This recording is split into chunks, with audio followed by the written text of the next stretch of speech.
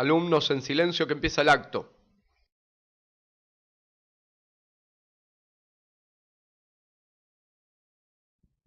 Por favor, silencio.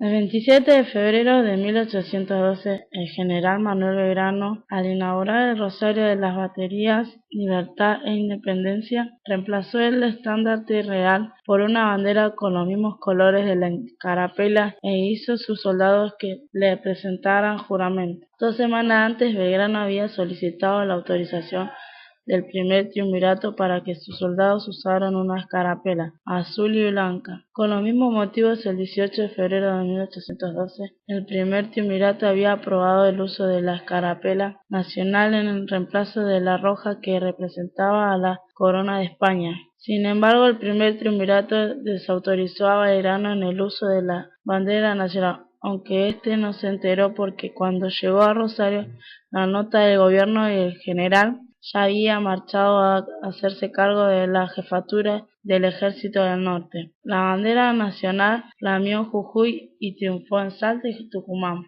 El 25 de julio de 1816, el Congreso de Tucumán, a propuesta del diputado Gascón, dispuso adoptar como distintivo de las Provincias Unidas del Río de la Plata la bandera creada por Belgrano para uso de los ejércitos, buques y fortalezas. El 25 de febrero de 1818, el Congreso de Tucumán trasladó a Buenos Aires, a propuesta del diputado Chorroarín, aprobó como bandera de guerra la misma que ya se usaba, pero con el emblema incaico del sol en el centro. Reconocimiento oficial del 20 de junio como Día de la Bandera, 8 de junio de 1938. El Congreso de la Nación, por la Ley Nacional número 12.361, estableció el día 20 de junio por ser el aniversario del fallecimiento del general Manuel Belgrano, el 20 de junio de 1820, como Día de la Bandera, declarándolo asimismo como día feriado nacional.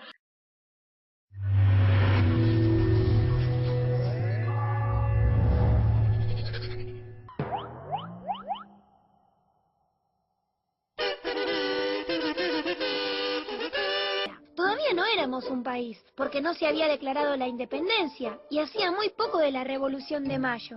Belgrano quería que dejáramos de usar la bandera de España y que tuviéramos una que sea nuestra. No podíamos tener la misma que nuestros enemigos. Entonces, cuando le mandaron a Belgrano a inaugurar unos cañones en el río Paraná, aprovechó y les presentó a los soldados la primera bandera de la patria, para darle fuerzas para luchar y que se sintieran unidos. Pero cuando se enteraron en Buenos Aires, Rivadavia y el Triunvirato se enojaron mucho, porque pensaban que todavía no podíamos ser una nación libre.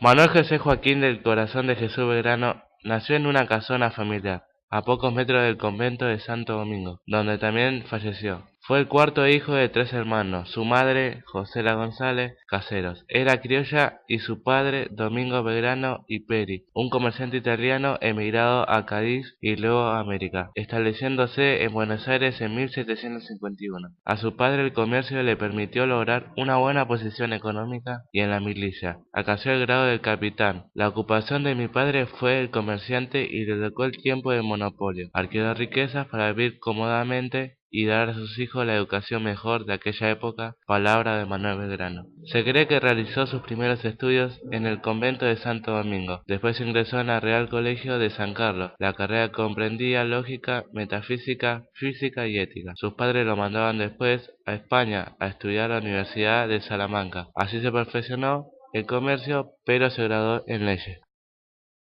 En Europa, Belgrano se vinculó con importantes especialistas en economía y tradujo a los más grandes economistas. En Salamanca, fue el primer presidente de la Academia de Práctica Forense y Economía Política. En el Viejo Mundo, asistió al nacimiento de la economía como ciencia y al de las sociedades económicas.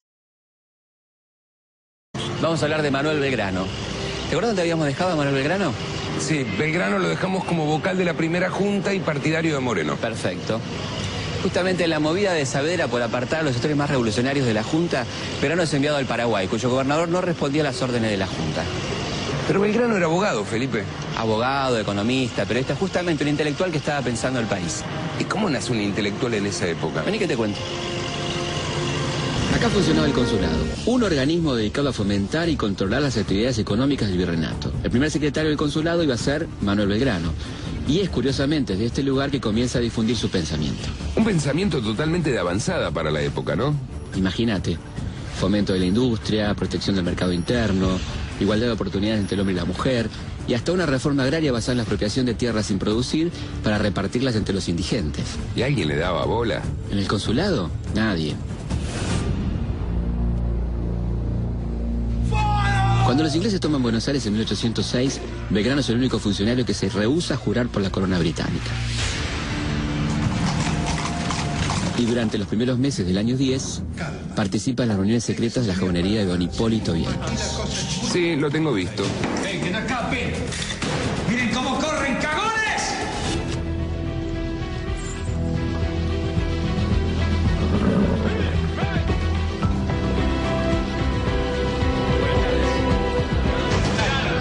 Belgrano va a terminar siendo uno de los grandes protagonistas de la jornada del 22 y 25 de mayo. Algunos dicen que junto a su primo fue uno de los grandes cerebros de la revolución. Su primo Castelli. Claro. Pero Castelli también lo van a fletar. Sí, a Belgrano le mandan a hacer una misión militar en términos realmente lamentables, ¿no? ¿Por qué decís lamentables? Y porque el gobernador del Paraguay, Velasco, tenía 6.000 hombres bien equipados. ¿Y Belgrano? 350 soldados, de los cuales solamente 60 tenían algún tipo de preparación militar. Ah, lo odiaban. Lo odiaban. Como se podía prever, la campaña del Paraguay es un fracaso. En diciembre de 1810, las tropas de Belgrano cruzan el Paraná y triunfan en la batalla de Campichuelo. Pero un mes después son derrotadas en Paraguarí, y tras replegarse, su campamento de Tacuarí fue atacado y destruido.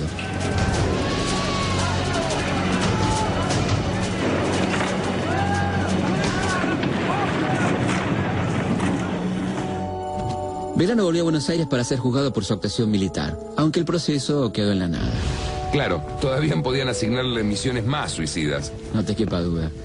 Pero lo más importante es que en el camino a Paraguay, Belgrano redactó las bases del primer proyecto constitucional del Río de la Plata, el reglamento para el régimen político y administrativo y reforma de los 30 pueblos de las misiones.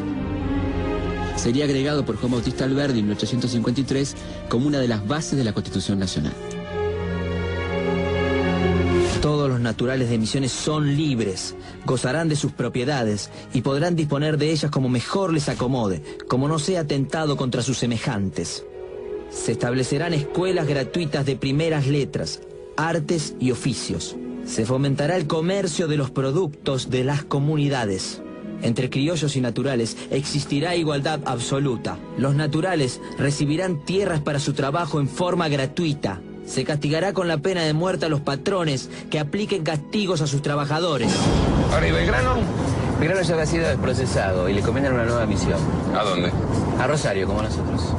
A fines de 1811 aumentaron los ataques de los realistas sobre las costas del Paraná. Venían desde Montevideo y el triunvirato le pide a Belgrano que vaya a Rosario para tratar de contenerlos. Belgrano pide permiso para crear una escarapela para que usen sus soldados y el triunvirato aprueba una con los colores celeste y blanco.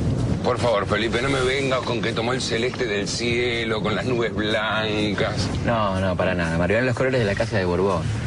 Acá se seguía apelando al recurso de que esta revolución se hacía en nombre de Fernando VII. ¿Sabes qué? Creo que me gusta más la historia del cielo celeste, con las nubes blancas, ¿no? Belgrano hizo formar a su tropa frente a una bandera que había cosido una vecina del Rosario y ordena a sus oficiales y soldados jurarle fidelidad. Ah, me lo puedo imaginar. No, mejor así. Recién en 1813 se comenzaron a usar las franjas horizontales. Acá se jura la bandera por primera vez, pero nunca me contaste qué opinó de todo esto Rivadavia y el triunvirato. Les pareció un acto de una osadía tremenda. Le obligan a guardar esa bandera y a seguir usando la española. ¿Nos vamos a casa? No, seguimos a Belgrano. ¿Y ahora a dónde va? A hacerse cargo del Ejército del Norte. Pues este tipo no tiene paz. Perdón, Felipe, ¿y el Ejército del Norte queda muy al norte? Muy al norte, Mario, en Jujuy. Muy al norte. Cuando Belgrano se hace cargo del Ejército del Norte... Ese venía a perder de Huaki. Claro, el panorama que encuentra es desolador. De los 1.500 soldados sobrevivientes, casi 500 estaban heridos o enfermos. Había 600 fusiles y 25 balas para cada uno. ¿Y del otro lado? Una fuerza de 3.000 hombres al mando del realista Pío Tristán. A esta altura ya no tenemos duda que en Buenos Aires a Belgrano lo odiaban. Qué increíble.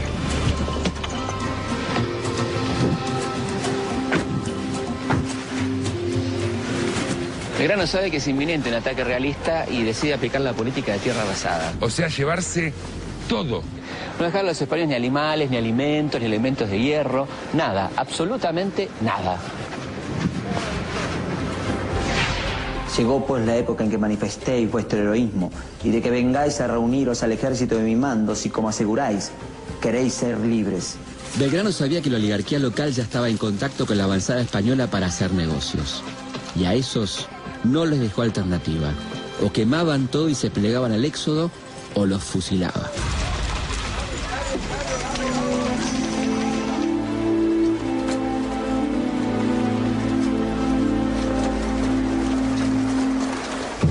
El resto de la población colaboró fervientemente, perdiendo lo poco que tenía, que para ellos era todo.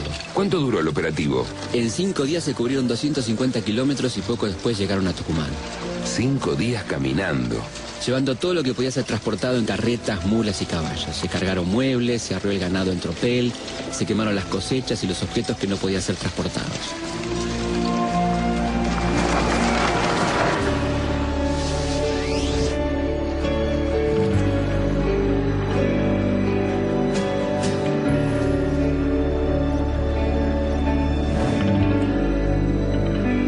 Cuando el pueblo jujeño y Belgrano llegan a Tucumán, ¿qué hacen? Y el pueblo tucumano le pide formalmente a Belgrano que se quede para enfrentar a los realistas. Y por primera y única vez, Belgrano desobedece a las autoridades que lo querían obligar a bajar a Montevideo para enfrentar a Artigas, ¿no? A Artigas lo odiaban más que a Belgrano. Sí, claro. La cuestión es que Belgrano, el 24 de septiembre de 1812, obtiene el importantísimo triunfo de Tucumán. El general realista Tristán se retira. Claro, porque el realista que huye sirve para otra pelea. Minga. Belgrano lo persigue hasta el norte y el 20 de febrero de 1813 obtiene el triunfo de Salta. ¿Lo reventó? Lo reventó. 500 realistas muertos. Ah, lo reventó. Claro. Entiendo que ha ganado batallas importantes, pero en el campo se nota que es abogado. Y habrá sido muy competente en el consulado. Bueno, eso es lo que se decía en Buenos Aires. Pero una cosa son los escritores y otra muy distinta son los fusiles. Nos superaban en número 3-1. 3 realistas por cada criollo, una estratega notable. Más que notable, una estratega genial. Quiero ver si un simple abogaducho te gana una batalla así. Mire, si usted viera su equipaje, carga con más libros que comida el hombre. Sus ideas están en los libros. Y eso es lo que él trata de transmitirle a su hombre. Yo lo vi estudiando los manuales militares hasta el mismo día de la batalla. Imagínese la desconfianza de los soldados al ver eso. Para mí es un orgullo saberlo en nuestra cabeza. Si Belgrano sigue al mando, los realistas van a entrar en Buenos Aires tarde o temprano. Se lo puedo firmar. Si no fuera por él, los realistas entraban en Buenos Aires. Se lo puedo asegurar. Por las victorias de Salta y Tucumán, Belgrano recibe un premio de 40.000 pesos solo de la Asamblea del año 13, pero pide que esos fondos se destinen a la construcción de 4 escuelas en diferentes partes del país. Qué bueno, lo importante es que habrán sido esas 4 escuelas en esa época. Sí, lástima que el Estado tardó un poquito, ¿no?, en hacer esas escuelas. El dinero donado se perdió durante décadas dentro de un lugar oscuro y tenebroso, la deuda pública de la provincia de Buenos Aires. La Escuela de Santiago del Estero se hizo en 1822, pero no con plata de Belgrano. La plata la puso la provincia. Igual 4 años después, la Escuela de Santiago cerró. Recién 137 años después, Perón y Evita pusieron la piedra fundamental de la Escuela de Tarija, pero tardaron un poco en terminarla, 37 años. La Escuela de Tucumán se construyó recién durante el menemismo y se caracterizó por la misteriosa desaparición de 300.000 pesos. La Escuela de Jujuy terminó de construirse en el 2004, 191 años después de que Belgrano pusiera la plata. Si se calculara el interés acumulado durante casi 2 siglos a valores actuales, por aquellos 40.000 pesos oro donados por Belgrano, ¿se imaginan la cantidad de escuelas que se podrían haber hecho en la Argentina? El gobierno central, que antes le había pedido que no combatiera en Salta y Tucumán, ahora le pide a Belgrano que suba y tome el Alto Perú. ¿Y hace caso? Al principio se niega, pero finalmente vuelve a Jujuy. ¿Hasta dónde siguió? Hasta Potosí. Felipe, ¿Belgrano hizo todo esto a caballo? Claro, y enfermo de paludismo como la mayoría de sus soldados. No me digas nada. Belgrano se instala acá y se nombra gobernador. No, Belgrano era otra clase de tipo. Se va a internar en el Alto Perú. Quiere encontrar a los realistas y vencerlos. Pero los realistas lo encuentran a él y atacan su campamento en Vilcapugio. Lo derrotan. Sí, pero Belgrano, en lugar de retirarse, organiza sus fuerzas y ataca a los realistas en el campamento de Ayohuma.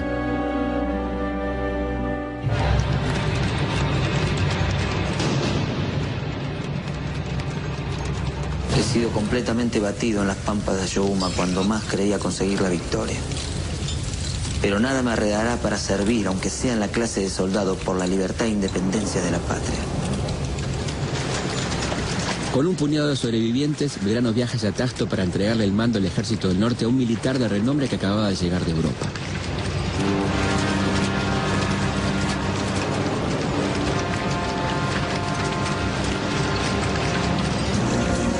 Mi corazón toma un nuevo aliento cada instante que pienso que usted se me acerca. Porque estoy firmemente persuadido de que con usted se salvará la patria. Espero en usted un compañero que me ilustre, que me ayude y quien conozca en mí la sencillez de mi trato y la pureza de mis intenciones, que Dios sabe no se dirigen más que al bien general de la patria y a sacar a nuestros paisanos de la esclavitud en que vivían.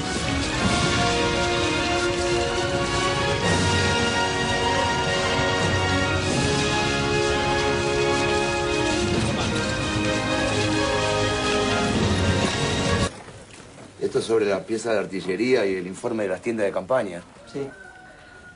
¿Qué es eso? Grasa de surí. Es para el hinchazón.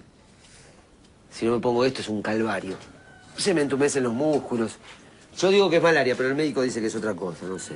Debe molestar esa cicatriz, ¿no? Uf, no es una caída de Tucumán, es un lindo recuerdo que me traje. ¿Qué anda mal del estómago? Sí. Tengo manzanilla si quiere. Acá no tenemos para comer, pero... Ah, estupendo. Té tenemos todos los que quiera. Nos estamos acostumbrando al té, como los indios. Usted me muestra un agujero y nosotros le metemos un té. Y ahí lo curamos. ¿Sabe qué pensé para los 2 regimientos que trajo usted? Lo vamos a ubicar en el lado sur, es el Perdón, mejor ¿pero lugar. me dijo que no tienen para comer? No, no tenemos. No nos mandan nada, no nos mandan ni comida, ni catres, ni manta, ni los sueldos. No mandan nada. ¿Y quién paga por todo esto? Yo pago. Pero ya no me queda nada. Ahora que viene usted, seguramente van a mandar algo. Eloísa. Señor. Agua caliente para el té del general. Sí. ¿Así? ¿Por qué? ¿Cómo? ¿Por qué? Usted viene de un triunfo en San Lorenzo. Y yo vengo de una derrota. No es así. Claro que sí. Yo fracasé. Perdóname, pero eso es ridículo. En Vilcapugio de Ayohuma yo no hubiese hecho nada diferente. Y nadie va a poder conquistar el Alto Perú por el norte. Ni usted, ni yo, ni Napoleón, ni Julio César. Y Buenos Aires no manda nada y no va a mandar porque gente como usted y yo molestamos. Yo no los voy a molestar más ya. No, moleste, hombre, moleste. Hay que cagarlo bien a palos. ¿Cuántos somos nosotros? ¿5, 6? 5 o 6 que no entiendo. ¿Cuántos hay que verdaderamente entiendan de lo que estamos hablando? Ah, no. 4 o 5 somos. Ya nadie habla de independencia. La palabra sola les da miedo. Tampoco hablan de repartición de tierras, ni de los derechos de los indios, ni de la abolición de la esclavitud. Ya nadie habla de nada. Vaya a sacarle a los ricos uno solo de los esclavos que tienen. Y son todos iguales. Vaya a pedirle un anillito para la patria, va a ver qué le contesta.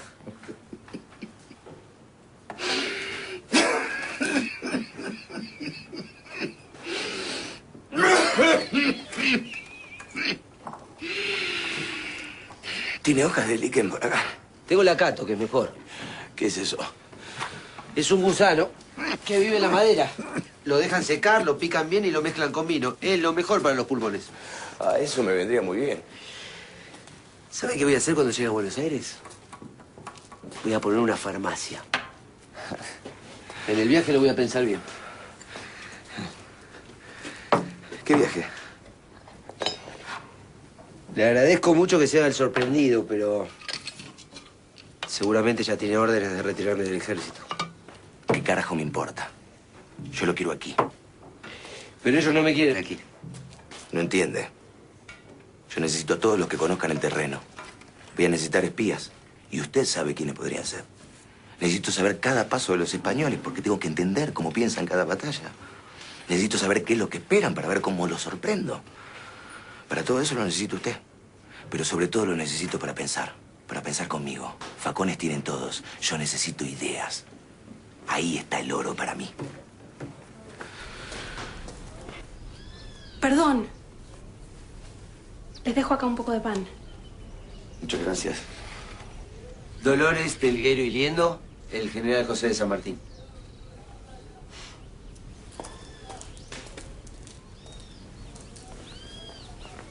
Es encantadora esa muchacha. Esa es la palabra. Encantadora, sí. Realmente. Sí, sí.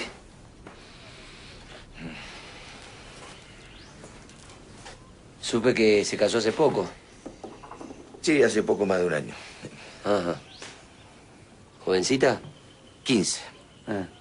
¿Dolores cuánto tiene? 16. Ah. Sí, sí. Sí. Es así. Bueno, una razón más para no irse a Buenos Aires, ¿no? Ahora que veo cómo la mira, me parece que no me tengo que mover acá. ¿Le parece?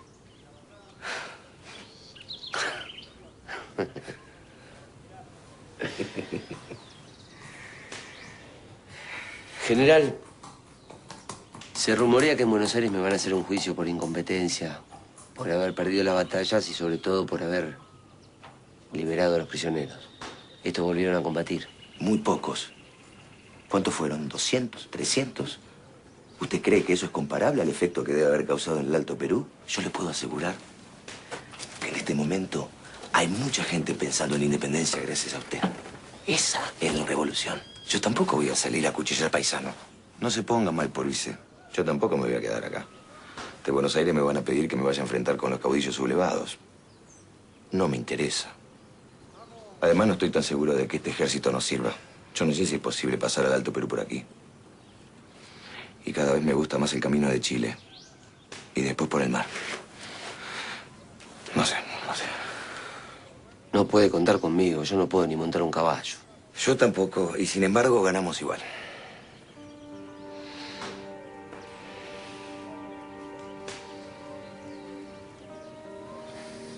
¿La verdad? Usted parece no saber quién es. Ahora hace falta alguien como usted. Yo leí sus textos sobre educación, agronomía, teoría política. ¿Quién va a pensar en la unión de las provincias mejor que usted? Créame, usted no sabe quién es.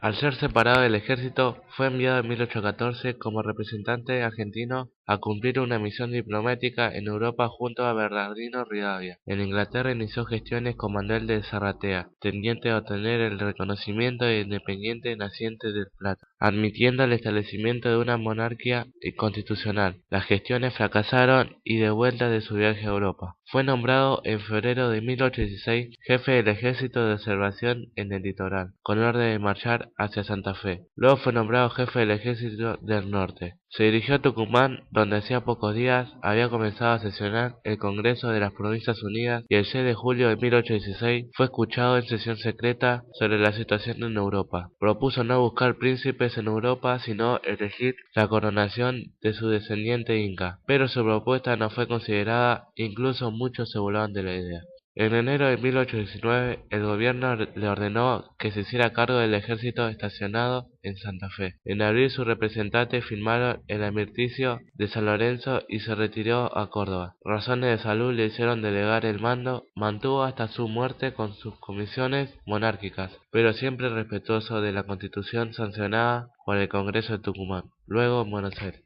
Como secretario del consulado, consideró que lo más importante era fomentar la educación, es decir, capacitar a la gente para que aprendiera oficios y pudiera aplicarlos en beneficio del país. Por eso, ayudó al desarrollo de la Escuela de Dibujo y de la Escuela de Náutica, ambas creadas en 1799.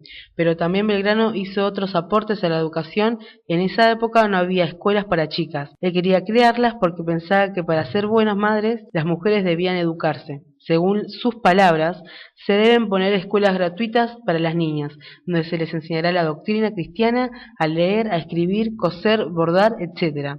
Y principalmente inspirarles amor al trabajo, para separarlas de la ociosidad tan perjudicial más en las mujeres que en los hombres. Además, quería que la educación fuera gratuita para todos. Según Mitre, Belgrano aconsejaba que se abran escuelas en todos los barrios de la ciudad y en todas las villas de campaña para los niños de ambos sexos, en circunstancias en que no existía en Buenos Aires más que una sola escuela de primeras letras, que se llamaba Desrey, por ser la única que costeaba la corona de España. En Europa, Belgrano se vinculó con importantes especialistas en economía y tradujo a los más grandes economistas. En Salamanca fue el primer presidente de la Academia de Práctica Forense y Economía Política. En el Viejo Mundo asistió al nacimiento de la economía como ciencia y el de las sociedades económicas. En 1794 fue nombrado en Buenos Aires primer secretario del Consulado de Comercio. En esa función escribió las memorias. A través de ella propagó las doctrinas económicas en boga entonces en Europa y propuso iniciativas al favor del mejoramiento material de la comunidad. Para él el desarrollo económico debía ser parte del desarrollo cultural y ser concordante con la economía del libre mercado.